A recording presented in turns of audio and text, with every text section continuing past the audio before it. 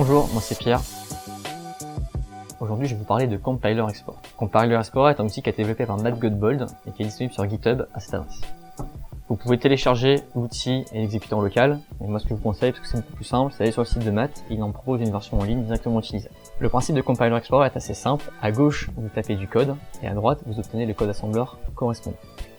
Vous vous dites peut-être, un outil pour désassembler du code, c'est pas super original. A priori, c'est vrai, mais il y a des trucs qui font que l'outil est vraiment intéressant. Premier point super intéressant, c'est que pour un même langage, vous pouvez avoir droit à plusieurs compilateurs. Et pour ces compilateurs, potentiellement plusieurs versions.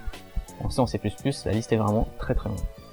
Vous avez directement plusieurs langages qui sont fournis, du C, du C++, du Python, du Rust, du Swift, du Haskell.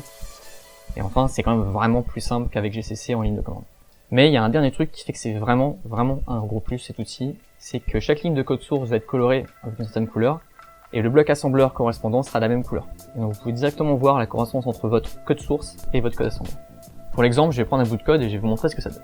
Donc j'ai ici un code qui a une fonction qui s'appelle itération, et qui itère sur les éléments d'un tableau pour simplement appeler une fonction.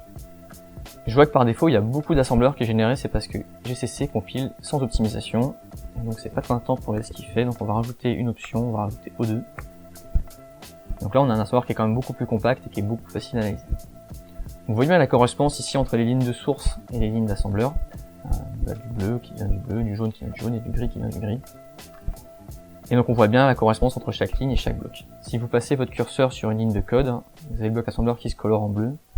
Et à l'inverse, si vous passez votre curseur sur un bloc d'assembleur, le source correspondant devient lui aussi. Au cas où vous auriez un peu plus de code que ça et que vous perdriez un petit peu dans les blocs. Donc vous voyez, on peut voir très facilement la correspondance entre du source et de l'assembleur, et on peut aussi facilement comprendre ce que fait notre code et voir comment on pourrait l'optimiser. On va remarquer ici l'astuce de définir une fonction qui s'appelle f, mais qui n'est pas définie, elle est juste déclarée.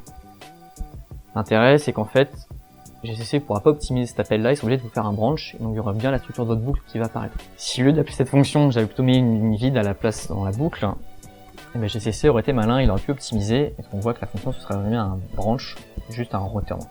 Au-delà de cette astuce particulière, l'idée c'était de vous montrer que le code que vous allez mettre dans Compiler Explorer, c'est pas forcément exactement votre code. Ça peut être un extrait de votre code qui va être représentatif. Ici, moi ce que je voulais, c'était pas voir l'appel à la fonction f, ce que je voulais voir c'était comment la boucle était générée. Donc du coup, j'ai mis cette fonction, je savais qu'il allait y avoir un branch et qu'il allait rien avoir d'autre, et je vois très bien la structure de ma boucle. Donc pensez-y, c'est pas forcément exactement votre code. Je pense que maintenant vous êtes bien armé pour désassembler du code, le comprendre et l'optimiser. Je vous souhaite bon désassemblage, bon courage et à la prochaine.